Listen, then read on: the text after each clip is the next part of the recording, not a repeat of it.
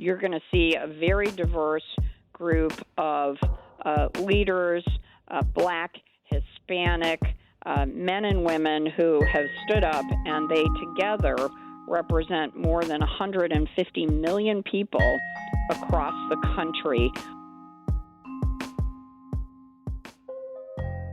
Hi there, it's WAMC News Director Ian Pickus.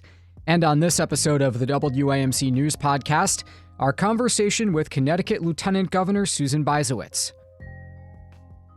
Well, as the nation approaches the first anniversary of the Supreme Court's decision overturning the landmark abortion rights ruling Roe v. Wade, a new coalition of 22 state lieutenant governors has formed. The Reproductive Freedom Coalition says it will work to protect and expand reproductive rights and access to care. Lieutenant governors from New York, Massachusetts, and Vermont are part of the group, which was put together by Connecticut Lieutenant Governor Susan Bysiewicz, a second-term Democrat. Here's our conversation. So what is the need for this group, in your view? I think there is a huge need for state leaders to band together at a time when women's reproductive freedoms are under attack, not just in state legislatures, but also in courtrooms across our country.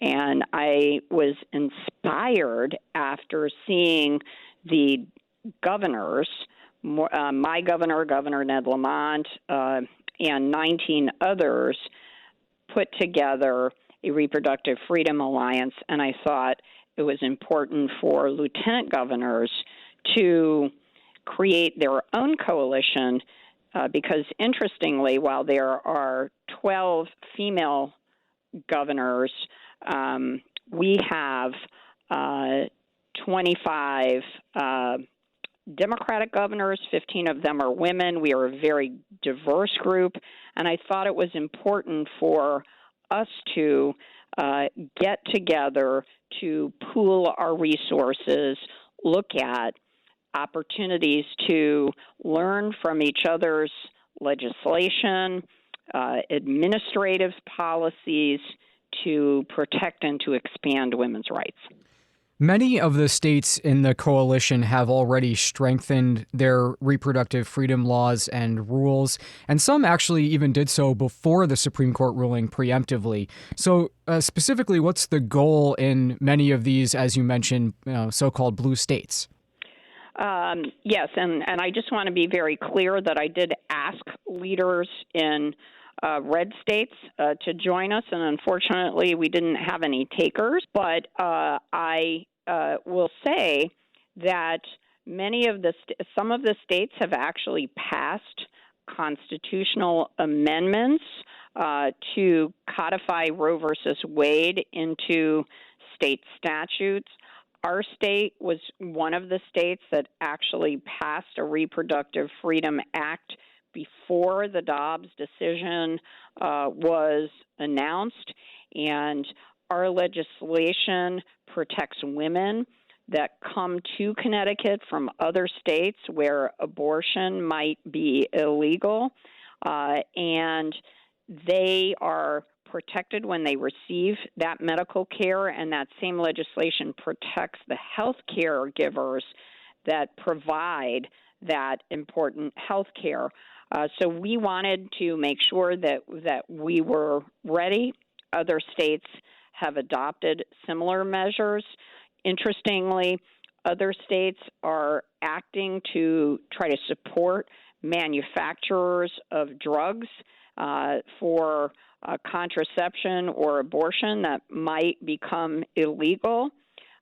So we wanted to share resources and best practices, but also to stand up for women. So if you look at this coalition of 21 states and one territory, Guam, you're going to see a very diverse group of leaders, Black, Hispanic, men and women who have stood up, and they together represent more than 150 million people across the country where state leaders, both in the governor's office and lieutenant governor's office, have said, we're going to do everything that we can in our power to protect women's reproductive rights.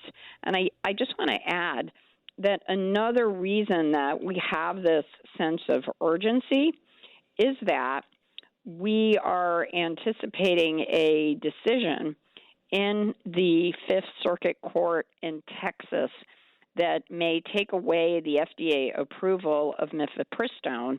Mifepristone is a widely used abortion medication that has been used by more than 5 million women over the past 20 years very safely. And we're extremely concerned that this federal court is going to take away that FDA approval. So it's another reason why we wanted to take action, form a coalition so that we can start preparing. Why lieutenant governors? What do they bring to the table that is different from what their states and the governors are already doing?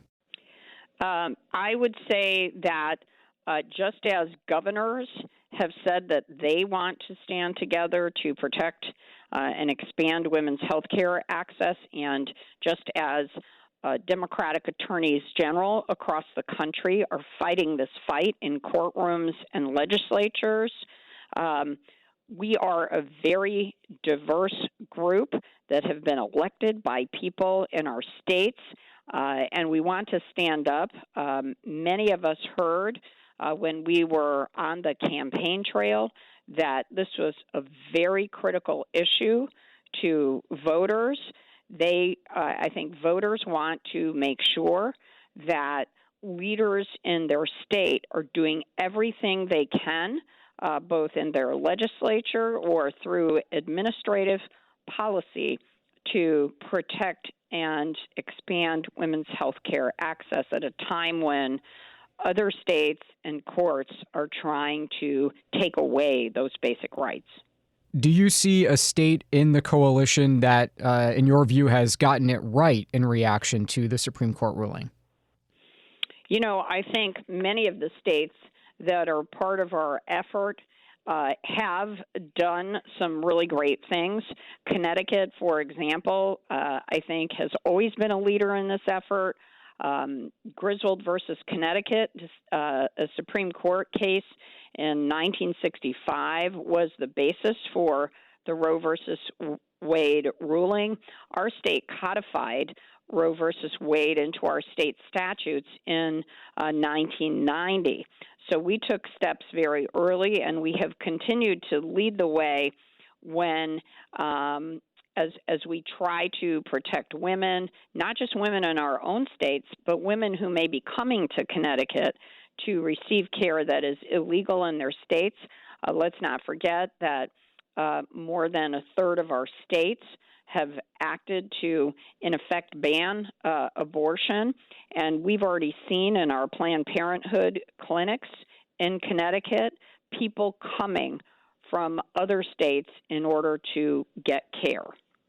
What do you make of the current state of play on this particular issue? It is really fascinating to look at the map of the U.S. right now and see the patchwork of different laws and, territories where, you don't have access to X, Y, or Z, but states like Connecticut really haven't changed since the ruling.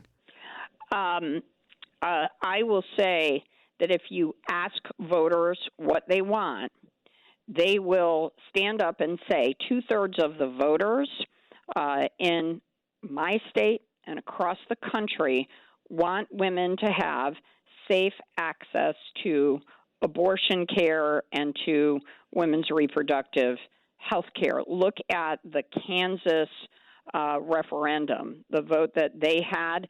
It was so clear. It won by 20 points. And so it's amazing to me that there are state leaders and courts for the first time in our country's history that are trying to take away long-established rights, rights that have been in place since the early 1970s, away from women.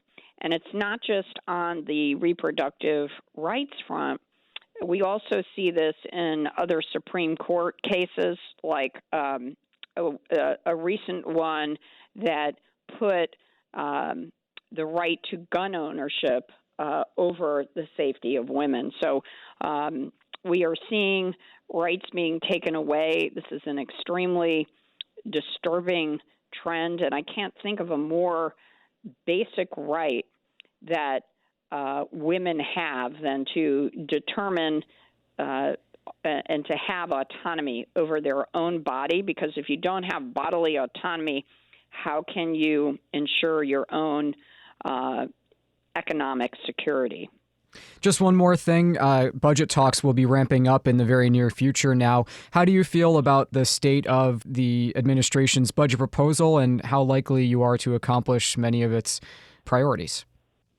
Well, we have submitted to the Connecticut legislature our fifth balanced budget proposal and our second major middle-class tax relief cut that we would like to see. And we are hoping we're going to continue our record of getting that budget approved. And we are already in discussion with our legislative partners on both sides of the aisle to accomplish that. So fingers crossed, and with continued hard work, we'll have a fiscally responsible budget that continues to invest in infrastructure and education, and that continues to pay down debt. We've already paid down $7 billion of our state's debt, and we're hoping to continue to do that. Connecticut Lieutenant Governor Susan Bysiewicz, a second-term Democrat. Thank you for taking the time to speak with us. We really appreciate it. Thank you so much for having me. Okay, that does it for this episode of the WAMC News Podcast. Thanks so much for listening. Until next time, I'm Ian Pickus.